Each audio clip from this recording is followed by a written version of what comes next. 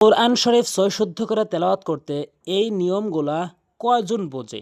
এই নিয়মগুলা ৯৫% লোক ভুল করে থাকে। মিম সাকিনকে নিয়ে আলোচনা করছি। মিম সাকিন কোরআনের হাজার হাজার জায়গায় রয়েছে। এই মিম সাকিনগুলা কখনো গুণনা করা যায়, কখনো গুণনা করা যায় না। আপনি যদি এই ভিডিওটি পুরো দেখেন তাহলে মিম সাকিনের ৩টি প্রকারেই বুঝতে পারবেন যে কোরআনে কোন স্থানে মিম সাকিনকে গুণনা করা যাবে এবং কোন স্থানে গুণনা করা যাবে না।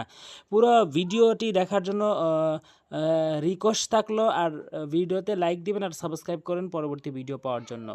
দেখুন, মিম সাকিন ৩টি প্রকার রয়েছে। ১ নম্বর ইজহারে সাফবি, ইকফায় সাফবি এবং ঈদগামে সাফবি। ইজহারে সাফবির হরফ ২৬টি। এই ২৬টি হরফের মধ্যে থেকে যদি কোনো একটি হরফ এই মিম সাকিনের পর দেখতে পারেন তাহলে এই মিম সাকিনকে কখনোই গুণনা করতে পারবেন না, গুণনা করা যাবে না। তাহলে মিম সাকিনের পর এখানে দাল রয়েছে, ২৬টির মধ্যে দাল রয়েছে। ২৬টি মুখস্থ করার সহজ উপায় হচ্ছে ৩টি হরফ বাদ দিবেন। ২৯টি হরফের মধ্যে থেকে ৩টি হরফ বাদ দিবেন। আলিফ বা মিম বাদ। আলিফ বা মিম বাদে ২৬টি হরফের মধ্যে থেকে যে কোনো একটি যদি এই মিম সাকিনের পর আসে তাহলে এই মিম সাকিনকে কখনোই গুণনা করতে পারবেন না। যেমন হামিম জবর হাম, কখনোই হাম এভাবে বলবেন না, হাম।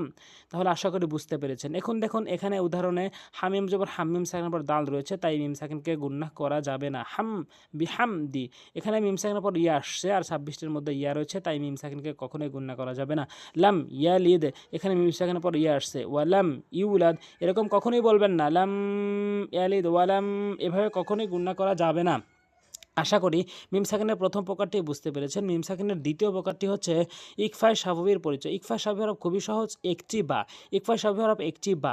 এই একটি হরফ যদি কখনো মিম সাকিনের পরে দেখেন তাহলে এই মিম সাকিনকে অবশ্যই গুন্নাহ করে পড়বেন। যেমন কাপ মিম পেশ কুম, এভাবে নাকের ভিতরে নিয়ে গুন্নাহ করতে হবে। ওয়ালা আদরাকুম বিহি, এই যে মিম সাকিনের পর বা রয়েছে, এখানে বা রয়েছে। এরপরে মিম সাকিনের পরে বা রয়েছে, এখানে অবশ্যই মিম সাকিনকে গুণনা করে পড়বেন। হা মিম পেশ হুম, এভাবে গুণনা করবেন। এরপরে বায়ে জবর বাই, নুন জবর না, বাইনা, কাফ মিম পেশ কুম, অবশ্যই মিম সাকিনকে গুণনা করবেন। মিম সাকিনের পর বা রয়েছে। সহজ কথা, যেখানেই মিম সাকিনের পর বা দেখেন সেই মিম সাকিনকে অবশ্যই গুণনা করে পড়তে হবে। এরপরে মিম সাকিনের ৩য় নাম্বার প্রকার হচ্ছে ৩ নাম্বার প্রকার হচ্ছে ঈদগামে সাফবি। ঈদগামে সাফবি হরফ একটি মিম, খুব সহজ নিয়ম। মিম সাকিনের পরে যদি কখনো মিম দেখেন তাহলে সেই মিম সাকিনকে অবশ্যই গুণনা করবেন। মিম সাকিনের পর যদি মিম দেখেন তাহলে দ্বিতীয় মিমকে তাসদীদ দিতে হবে বা তাসদীদ থাকবে। তাহলে অবশ্যই এই মিম সাকিনকে, এখানে যে মার করে দেওয়া আছে, এই মিম সাকিনকে অবশ্যই গুণনা করে পড়বেন। এখানে দেখুন মিম সাকিনের পর মিম আসছে, ওইখানে গুণনা করবেন। এখানে মিম সাকিনের পর মিম আসছে, গুণনা করে পড়বেন।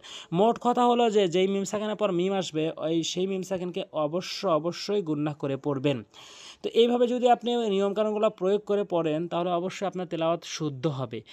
আর পরবর্তী ভিডিওগুলো পাওয়ার জন্য অবশ্যই সাবস্ক্রাইব করে রাখবেন। আজ এ পর্যন্তই। আসসালামু আলাইকুম ওয়া রাহমাতুল্লাহ।